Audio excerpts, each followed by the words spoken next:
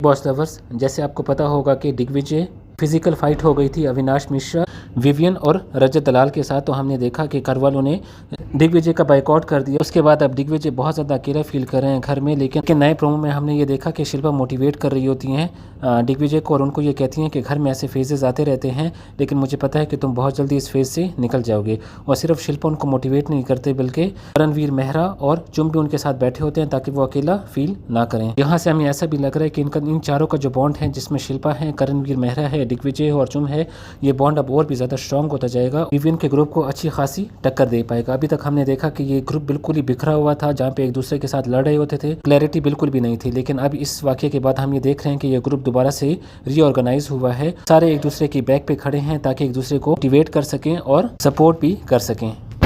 चलें, इस फाइट से ये एक चीज़ अच्छी हो गई, जहाँ पे हम ये देख रहे थे कि विवियन का ग्रुप बहुत ज़्यादा ऑर्गेनाइज था और सब एक दूसरे की साइड लेते थे। इवन ईशा को अनफेयर भी कहा जाता था कि उन्होंने टाइम गॉड की अवधि में करणवीर मेहरा और दिग्विजय से बहुत ज़्यादा अनफेयरनेस भी दिखाई। और जब इंटरव्यू में उनसे पूछा गया सौरभ द्विवेदी की तरफ से कि आप बहुत ज़्यादा अनफेयर थी करणवीर मेहरा को लेकर, तो उन्होंने कहा मैं प्राउडली ये कहती हूँ कि मैं अनफेयर थी।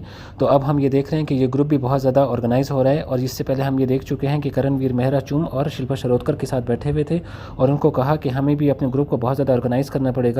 टाइम गॉड का जितने भी टास्क होंगे उसको भी हमें सीरियस लेना पड़ेगा, बिकॉज जब तक हम सीरियस नहीं लेंगे तो एक एक बंदा घर से बाहर निकलता जाएगा और उनका ग्रुप बहुत ज़रूर, उन्हीं की तरह हमें भी खुद को ऑर्गेनाइज करना पड़ेगा। और अब ये ग्रुप अच्छे से ऑर्गेनाइज भी हो रहा है। और करणवीर मेहरा ने उनको ये भी कहा था कि मुझे फ्रेंड्स विद ब्रेन चाहिए, मतलब उनका दिमाग में होना चाहिए, सिर्फ इमोशनल और इम्पल्सिव हमें नहीं होना।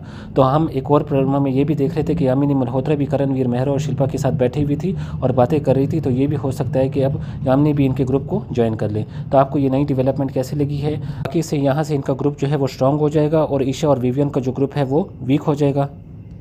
कमेंट सेक्शन में ज़रूर बताएं। बॉस लवर्स, जैसे आप